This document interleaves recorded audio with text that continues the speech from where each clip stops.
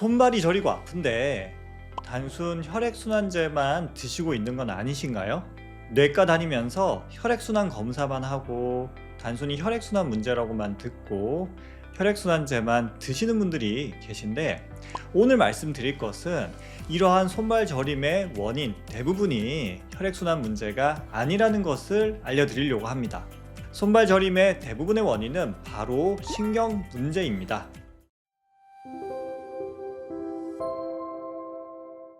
안녕하세요. 여러분의 뇌 건강 가이드 신경과 전문의 박재현입니다. 저는 17년차 신경과 의사로 두통, 어지럼증, 오늘 말씀드린 손발 저림 말초신경병증에 대해서 검사하고 진료하는 의사입니다.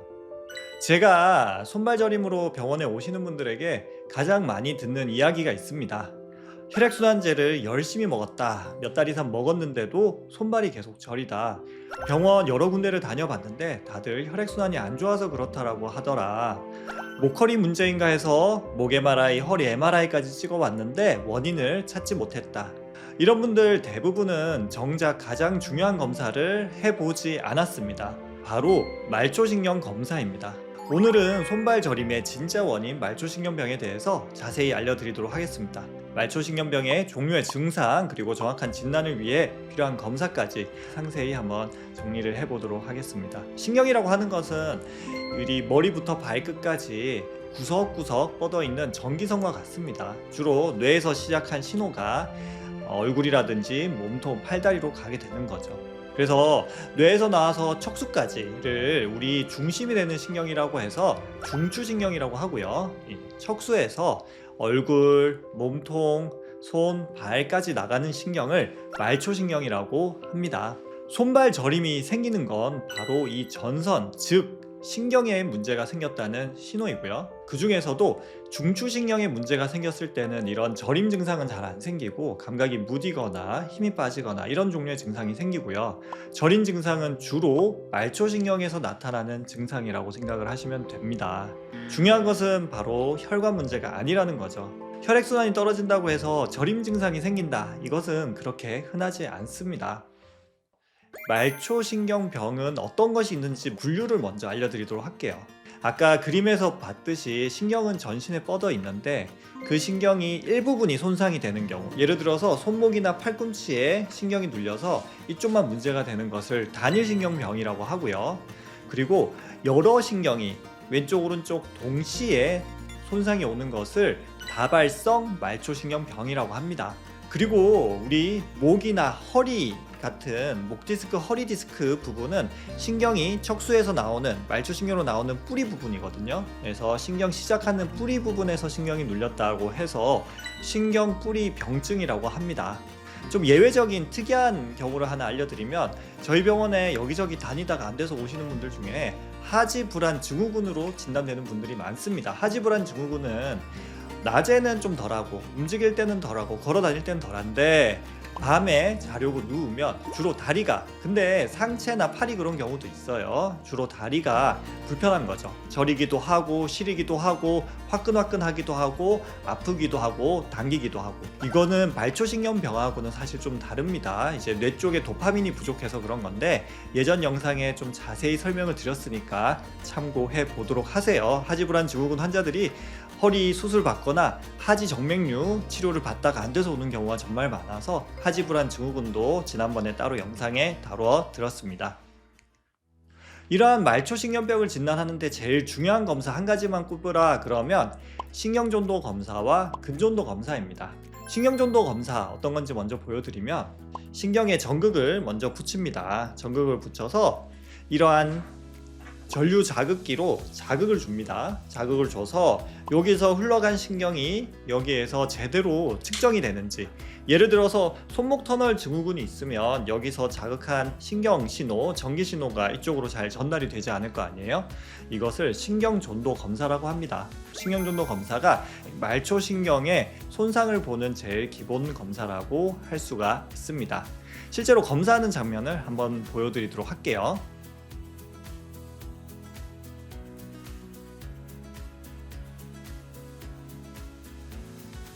그 다음에 말씀드릴 것은 근전도 검사입니다.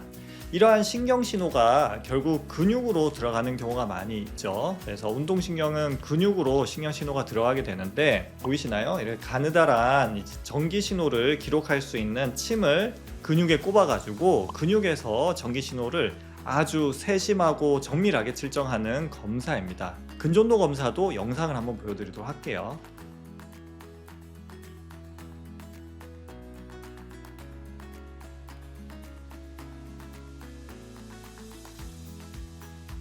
그래서 이런 신경전도 검사, 근전도 검사를 저희 신경과에서는 기본적으로 해서 말초신경의 손상 여부를 보고요. 두 번째로는 손상된 위치를 확인합니다. 손목인지 팔꿈치인지 아니면 전신에 동시에 손상이 왔는지.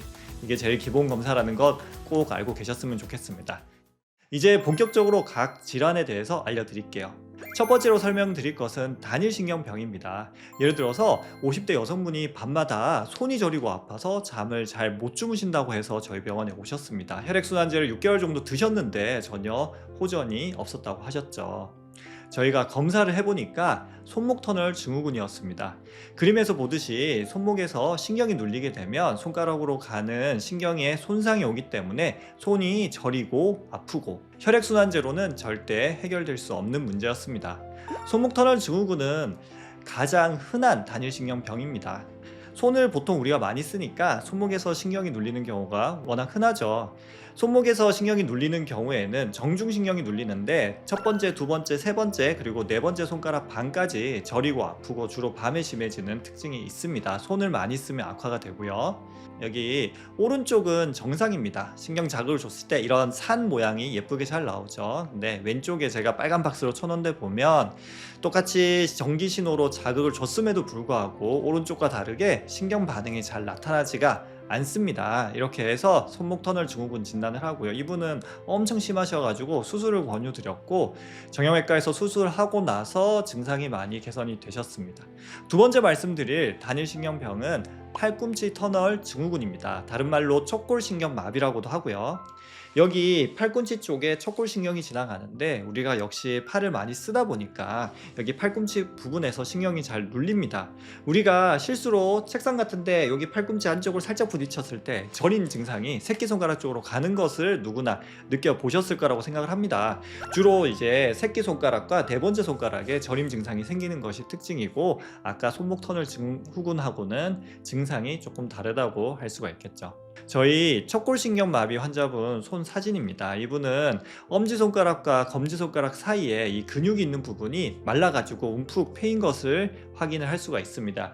여기가 척골신경이 지배하는 영역이거든요. 그래서 척골신경 손상이 오면 손가락 사이가 이렇게 근육이 마른다 알고 계시면 좋고요. 반대로 이렇게 손가락 사이에 근육이 마르고 힘이 잘 안 들어가면 척골신경 손상을 의심을 하셔야 됩니다.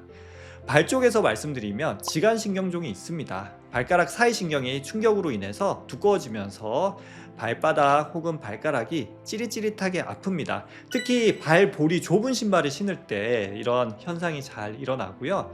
세 번째, 네 번째 발가락 사이가 제일 흔합니다. 그 다음에 말씀드릴 것은 대퇴외측 피부신경 증후군입니다. 이름이 어렵죠. 이 허벅지의 바깥쪽에 있는 신경인데 피부 쪽으로 가는 감각을 담당하는 신경에 손상이 왔다는 뜻입니다. 주로 쪼그려 앉아 있거나 갑자기 살이 찌거나 해서 여기 사타구니 쪽에서 신경이 눌려서 생기는 현상이고 생각보다 병원에 꽤나 많이 옵니다. 보통 허리 문제라고 잘못 진단돼서 허리 치료, 허리 주사 맞다가 병원에 오시는 분들이 많은데 실제로는 허리보다는 대퇴외측 피부신경의 손상으로 인해서 증상이 생기는 경우가 많습니다. 초기에 이제 약물 치료하고 안 좋은 자세를 피하고 벨트 같은 거 꽉 끼는 거를 자주 맨다면 벨트를 좀 느슨하게 한다거나 살을 뺀다거나 이런 식으로 치료하게 됩니다. 대표적인 단일신경병증 몇 가지 말씀드렸고요. 그 다음에는 다발성 말초신경병입니다. 다발성, 여러 말초신경이 동시에 손상이 온다 이렇게 생각을 하시면 됩니다. 즉 왼쪽 오른쪽 같이 온다, 손발 같이 온다, 이렇게 여러 군데의 신경이 같이 오는 거라고 생각을 하시면 됩니다. 여러 군데가 같이 오니까 아까 첫 번째 말씀드린 것처럼 어디 신경이 눌려서 생긴 병은 아니고요. 화학적인 이런 작용으로 인해서 신경이 손상이 됩니다. 제일 흔한 것 첫 번째가 당뇨입니다. 당뇨가 있으면 우리 피가 꿀처럼 끈적끈적해지기 때문에 말초신경, 간은 신경을 먹여 살리는 혈관이 막혀서 신경 손상이 오게 되고요. 이러한 신경 손상으로 인해서 특히 발부터 시작해서 화끈화끈하거나 저리거나 따갑거나 통증이 오는 것이 당뇨병으로 인한 다발성 말초신경병입니다. 당뇨 다음으로 흔한 것은 술입니다. 잠깐 술 마셔서 생기진 않고요. 아주 오랫동안 술을 매일매일 많이 마신 분들은 이렇게 술로 인한 손상도 오고요. 그 외에 많이 보는 게 항암제라든지 결핵약에 의한 말초신경병, 그 다음에 비타민이 부족하거나 자가면역 질환에 의해서도 이러한 다발성 말초신경병이 생기는데, 이게 대표적으로 혈액순환 장애로 오인을 많이 받습니다. 이러한 다발성 말초신경병은 아까 그림에서 보듯이 손, 발 동시에 오는 게 특징이고, 마치 이제 장갑을 끼고 장화를 신은 것처럼 그 장갑 끼고 장화 신는 부위에 잘 와서 장갑 장화 패턴이라고 이렇게 얘기하기도 합니다. 그래서 한쪽이 아니라 양쪽에 손끝이나 발끝부터 시작한다 이러면 다발성 말초신경병을 생각을 해봐야 됩니다. 그 다음에 말씀드릴 것은 신경뿌리 병증입니다. 어떻게 보면 우리 주위에서 가장 흔하게 보는 신경통증 중에 하나라고 할 수가 있는데, 목 디스크, 허리 디스크 때문에 생기는 저림입니다. 아까 말씀드린 다발성 혹은 단일신경병이랑 패턴이 좀 다르죠. 신경이 척추에서 나오는 뿌리 부분에서 눌리기 때문에 양쪽보다는 한쪽에서 오는 경우가 더 많고요.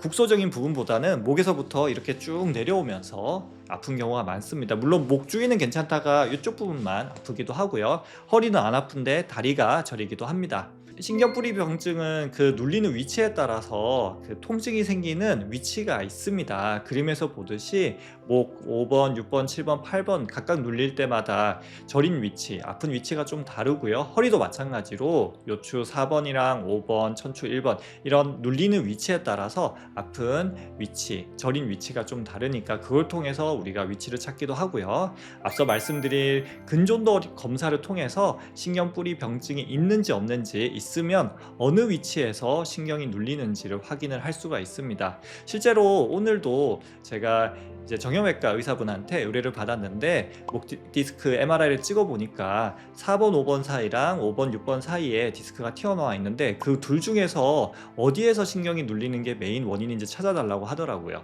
그래서 증상만으로는 구분이 힘들었고, 오늘 근존도 검사를 하니까 그 중에서 그 밑에 거 5번, 6번 쪽에서 6번 신경 뿌리가 눌린 것을 확인할 수가 있었습니다. 이런 것들이 이제 신경 검사, 근존도 검사를 해서 정확하게 진단을 하는 주요 목적이 된다고 할 수가 있습니다. 자, 영상이 좀 길었는데요. 마지막으로 정리를 좀 해볼게요. 손발저림은 혈액순환보다는 대부분 신경의 손상으로 생기는 경우가 훨씬 더 많다. 그리고 정확한 원인을 찾으려면 신경전도 검사나 근전도 검사 혹은 기타 신경 검사를 하는 것이 큰 도움이 된다. 그리고 혈액순환제로는 해결되지 않는 경우가 많다는 거 알고 계셨으면 좋겠습니다. 그래서 빨리 발견해서 원인을 찾아서 잘 치료해야지 빨리 잘 낫는다라고 생각을 하시면 됩니다. 그동안 제가 어지럼증 영상을 많이 올렸었는데, 오늘 제가 사실 어지럼증만큼 또 많이 보는 말초신경병에 대한 영상을 촬영해 봤습니다. 제 영상이 도움이 되셨으면 좋아요, 구독, 그리고 지인분들에게 공유 부탁드릴게요. 궁금한 것이 있으면 댓글 남겨주시면 제가 며칠 내로 답을 달아드리도록 할 거고, 또 다음 영상 제작 원하시는 거 있으면 얘기해 주시면 참고하도록 하겠습니다. 긴 영상 끝까지 시청해 주셔서 감사하고, 이상 신경과 전문의 박재현이었습니다.